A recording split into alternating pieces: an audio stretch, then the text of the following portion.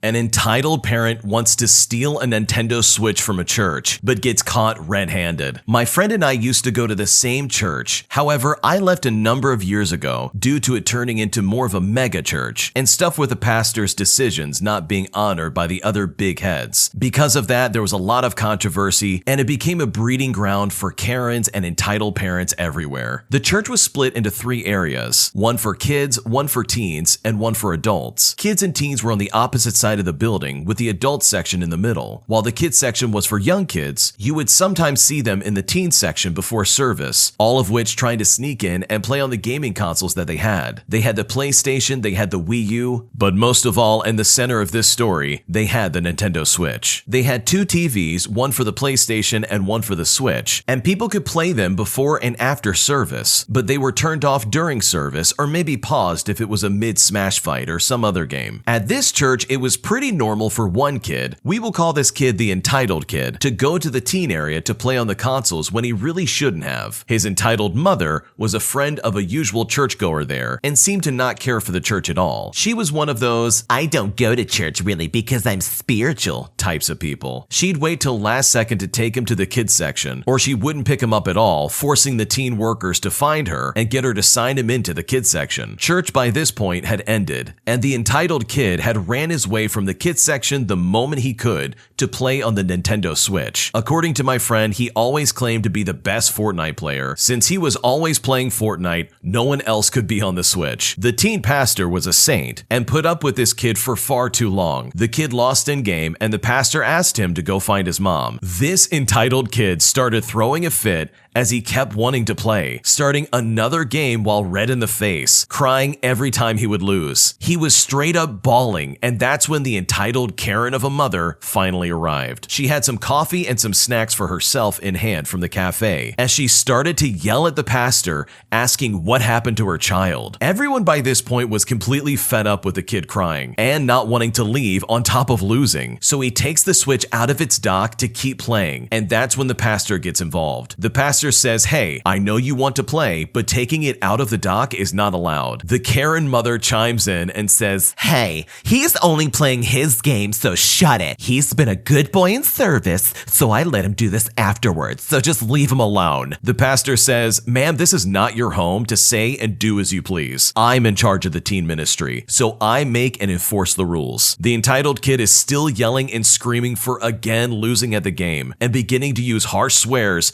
as the entitled Karen mother gasps. How do you know those words? She says to her child. The kid was totally shocked. I guess he forgot that his mom was right there, and he just started saying, I don't know, all while he was audibly losing in the game. The Karen mother was overall incredibly embarrassed by her kid's words, so she took her kid's hand and began to walk away, but the Switch was still in her son's hands. The pastor moved to try and stop her, but she pretended like she didn't hear him. Thankfully, the greeters at the front entrance were there just in time to stop her before she ran off with a Nintendo Switch. After another meltdown by the kid, the mother begrudgingly gave back the Switch and then stormed out. After that, we never really saw her or the kid near the teen section again, as her kid hasn't really been to church ever since. I think one of the last places you want to try and steal something is probably in a church. How unbelievably entitled do you have to be to think that it is okay to try and take something out of a building that is as expensive as a new Nintendo Switch? I mean, that is a level of entitlement that you don't often see. And it's really unfortunate that you can obviously see that this Karen of a mother is 100% enabling this kind of behavior for her kid. He didn't learn this behavior out of nowhere. He didn't just start doing this because he thought it'd be cute. His mom most likely just gives him the Nintendo Switch with Fortnite on it and says, here, play this, let this be your babysitter. It's not quite an iPad kid, but it's pretty close. So good on the pastor for deciding to put their foot down and say, no, you're not doing that here, because that behavior was absolutely unacceptable. Today I messed up by accidentally hitting a skunk while I'm driving, telling my friend, and then they called the police. The fire department, the paramedics, and the police all showed up, and a bunch of neighbors came outside to look, as they thought that this skunk was actually a person. This happened a few years ago. I was driving in a quiet residential neighborhood late at night to get to a friend's house. Everyone on the streets had their garbage and recycling bins out, and one was knocked over with everything spilled out. I tried to dodge it, but I felt my car go over a bump. As I looked in a rearview mirror, mirror, I see something that looks like an animal. I immediately stop, and as soon as I open my door, I am immediately hit by the smell of a skunk. Once I confirm it's dead, I get back in my car and start freaking out. I've never hit anything before, and the idea that I just ended something's life really hit me hard. I called my friend to tell him I'll be a little bit late, and as soon as he picks up the line, I start bawling my eyes out. I tried to tell him what happened as best I can while I'm crying. My friend asked me if I want him to call someone, and I say yes. I'm thinking he means the city or whoever you call to report roadkill. I tell him exactly where I am, and he tells me to stay put and that he'll call me right back. Less than 10 minutes go by and I hear sirens. Shortly after, the police pull in behind me. An ambulance and some fire trucks shortly arrive after. Now, it's close to 1 in the morning and people are starting to come out of their houses and the streets are packed. Police officers are telling me to roll my windows down and start looking around my car. The paramedics and the firefighters are doing the same thing. Bear in mind the horrendous smell they're all dealing with. They get to my window and I'm still crying but extremely confused. So I start to tell them what happened and they keep asking me the same thing over and over again. Where is he? I get out and point to the skunk and all hell breaks loose. They start laughing at me, asking if I'm pranking them and telling me I committed a crime. Between their disparagements and terrible comments, I realized that they were responding to somebody passing away. I called my friend and I realized that he thought I unalived somebody. In my distress state, all he could make out was, "Oh my god, I hit him, he's dead, oh my god," and lots of crying and swearing. The mix-up had to be explained to everyone around, including all the neighbors that came outside at 1 in the morning. The police were pissed off and gave me a very long lecture, but ultimately decided not to charge me. Here's the real kicker of this entire situation. One of the neighbors heard the story and gave me an odd look and said the skunk's been there for a few hours and that they already left a message about it. The bump that I experienced earlier was from the spilled recycling. The police get mad again and eventually yelled at me to leave. After that, I swore to myself that I would never try and call someone while I'm crying. Instead, I'll just send him a text message. This original poster's friend is an absolute moron. How do you honestly automatically assume that your friend hit somebody and that they are no longer alive without asking maybe just a few more questions? You gotta get the details before you call the police and are like, yep, my friend just hit somebody and that person is no longer living. Like, you've gotta make sure you're correct on that. And the worst part is this lady had to deal with the brunt end of it. The biggest lesson learned is that you should never call that friend for anything. They're clearly gonna get it wrong. If anything, that friend was just a big narc. They basically just ratted this person out for something they didn't do. Overall, this is a really funny story, and I think the original poster is probably just lucky to not be charged with some kind of crime. My dad doesn't like anime, and I don't know what to do about this. I'm a 17-year-old male. I live with my Christian parents alongside my 2 other siblings. I love to watch anime when I'm bored, and I usually use my tablet when I watch it. Unfortunately, my dad doesn't approve of it because he thinks that all anime is highly suggestive. Now, any weeb will know that that's not necessarily the case. There are anime like this, but most anime aren't like that at all. Having said that, I do watch some anime that is a little bit suggestive, but I don't watch it around my parents or siblings. They don't even know that I watch it. I don't watch any inappropriate animes around them, and usually I watch anime like Spy Family and Naruto. To make matters worse, my siblings can get away with this with no issue. The whole reason why this happened in the first place is because my dad saw me watching an anime game review for a 3DS. I don't have many friends due to being homeschooled and an unchangeable antisocial lifestyle. To those who say I should move when I'm 18, that's going to be a while due to my own disability. This has unfortunately been going on for a while, and this isn't the first time my dad has been entitled about what I watch. What should I do? I think it's very unlikely that you're going to change your dad's mind on this, and from the sounds of it, it seems like if you try and get more involved and show him about these animes and such, he's only going to get more irate and probably will not allow you even further, placing more restrictions on you. So the best advice I can give is probably just don't watch it around him. It's not like you can move out, as you said, and you don't have a lot of different friends that you can really choose from to maybe even watch it with them when you're away from home. But honestly, it probably would be good to take steps so that you can get out of your house and get in a friend group that'll understand your interests. And it's really unfortunate that your dad doesn't like anime, because there's some really good animes out there, especially Spy Family. That one is a great one, very addicting. So overall, I wish you the best of luck, and hopefully things work out for the better and you're able to enjoy anime without getting in trouble. Today I messed up by sending a call from the International Space Station to voicemail. This happened 2 days ago. A friend of mine is currently on his second mission to the ISS. I saw a call come in from my iPhone, and the caller ID said US government. I first had the thought and feeling that you would normally get when the principal principal calls you into their office. I thought to myself, crap, what did I do that I thought I got away with, but maybe I didn't? I was in the middle of something with a bunch of people and showed them what it said on my phone, and everyone was all, don't answer it. Between everyone's suggestion and my gut feeling of being in trouble, I sent it to voicemail. It turns out it was my buddy calling from space. I had a chance to speak to someone that wasn't on Earth, and I screwed up. First thing he said in the voicemail was, you probably saw a call from the US government and turned it down. I know he'll call again, but man, I feel like an absolute idiot right now. This is a really funny story because there's actually an update to this. He goes on to say that he had an amazing experience talking to his friend. The call quality was as good as a regular phone call, but apparently there was a slight delay that made natural conversation a little bit difficult. He talked to his friend, and his friend told him that he's currently flying over the western coast of Africa. The astronaut went on to talk about how fun the Soyuz was and how incredible it was to go into orbit and to finally get to the space station. And funny enough, the friend told this guy in space that he and his friends at the table did not want to answer this phone, all because they thought it was something super sketchy, which the astronaut found to be very hilarious. As the conversation ended, the original poster realized that he forgot to tell this astronaut about how much this post that he put online has blown up and become very popular. So he says he's going to send him an email and kind of give him a heads up that, hey, our situation was really funny. I really think getting a phone call from somebody in space would be one of the coolest experiences on planet Earth. Talk about a once-in-a-lifetime opportunity that really only comes around once in a lifetime. So the next time you see a call coming from the US government, pick up the phone and answer it. You might just get to talk to an astronaut, or you messed up your taxes. One of those. Today I messed up by taking out a loan that I can't afford. I've never been good at money. I was never taught about money. Never seemed to really mind too much that I live paycheck to paycheck because I always just kind of figured it out. But now that I'm older and trying to get my life together, I'm trying to figure it out much quicker. But my bad habits are already there and they are so hard to break. I recently went on a mini vacation with some friends who are decently well off. We went to a small town in the middle of nowhere. It didn't seem like I was spending a lot of money at the time. I told one of my close friends I needed to stick to a budget. Well, things quickly added up, especially when you're having fun and drinking and not sticking to your budget. My close friend was nice enough to front me money so I could enjoy myself and just have fun. But who likes the stress of owing a friend money? And who likes to feel like the poor loser of the group? So yesterday, after several drinks and a lot of stress about how I was going to pay my rent, my friend, and my upcoming bills, I thought it would be a good idea to take out a quick loan. In my head, I thought it was a good idea. I would pay all that I had coming up, then pay the loan back over the next couple of months. The website said I qualified for $1,500, but quote, responsible me said to myself, I don't need that much. How about just $900? I signed all of the online documents and clicked submit. I got an email saying I was approved and would receive my money within the next few hours. Once the money was in my bank account, I went online and paid my rent, paid half my car payment, paid my friend who fronted me the rest of the money for the trip, as well as June's credit card bill. I went to bed last night feeling so good and relieved. I actually felt like I got myself out of the mess I got myself into. Well, that quickly faded. I wake up this morning with a pounding headache, and I realize what I had done and how badly I had completely messed up. The loan payment schedule is $145 every 2 weeks from June until January. By the time I pay them back, I'll have paid over $2,000 due to the high interest rate. I can't afford this, and I have no idea how I will make this happen. So I woke up kicking myself and telling myself, how can I be so stupid over and over again? And when will I ever learn to grow up and stop making stupid financial decisions? Oh, and to top it all off, today is my birthday, and my friends are coming over to barbecue and to celebrate. And all I can think about is how I gave myself a $2,000 debt for my birthday. Happy birthday to me. Yeah, not your best decision to make when you're under the influence. Being in debt is scary, but I've learned the hard way that you shouldn't pay for credit card bills with other credit cards. So taking out a loan to pay for stuff only to realize that you've given yourself a bigger debt to deal with is definitely a lesson you'll learn once very quickly. I also kind of want to know where his friends were when this was happening. Like, why did nobody stop him, or was he just over by himself, completely wasted out of his mind, typing in all of his personal information? Definitely not the best decision to make when you're under the influence, but hopefully you're able to find a solution and probably get a second job just to pay this off real quick. My wife had an affair with her coworker, and I don't know what to do about it. I'm a 28-year-old male, and I found out that my wife had an affair with her former supervisor, who they themselves is also married with kids. We've been married married for 5 years and we were high school sweethearts. We were each other's first relationship and first everything. When we were little kids, we were even neighbors. She has literally always been there. We both came from broken homes, but we always had each other, and we created something different than what we grew up seeing, or at least that's what I thought we did. Maybe I was just one big idiot the entire time. I still work remote while my wife has since gone back to being in person. There's not many women in her field, and she used to vent to me a lot that her job was more in line with a boys' club than anything else. Her supervisor at the time was apparently one of the good ones, and supposedly they looked out for my wife at work. Recently, my wife received a promotion, and I was so happy for her. She was now a supervisor herself. This gave some new responsibilities for her, such as having to take a few business trips during the year. Her first trip happened last week, Wednesday through Friday. Before she left, I told her that I would be rooting for her from home, and she told me that she'd be leaving her heart with me and to take care of it. That's something she always says to me whenever we have to be apart for whatever reason. On Monday, she came home from work early. I could immediately tell that something was wrong. She looked overwhelmed, and there was a red mark on her right cheek. My wife is pale and tends to bruise very easily. I asked her what happened, but she only asked me for a hug. She said that she just wanted to feel my embrace. I hugged her after a few moments, and she proceeded to say that there was an accident at work. She sat me down on the couch and made the confession that has destroyed me and completely uprooted my life. She spent some quality time, if you know what I mean, with her former supervisor on the team lead trip. I couldn't even process at first. It was like I was watching it happen to someone else, or like she was going to reveal it was just a cruel joke. I think I would have accepted the cruel joke over reality. I was quiet during her whole confession, not saying one word. I was just completely in shock. Cheating is a sensitive topic for me, as it is for a lot of people. My own family was wrecked by an affair my dad had. I'm the one who caught him cheating and told my mom. My dad and I's relationship is not good at all because he blames me for apparently ruining the family, and he has never forgiven me. My wife saw what cheating did to my family and knew how much it tore me apart. She has even seen me cry over this when we were teens, and she comforted me. And then she turns around and does this to me?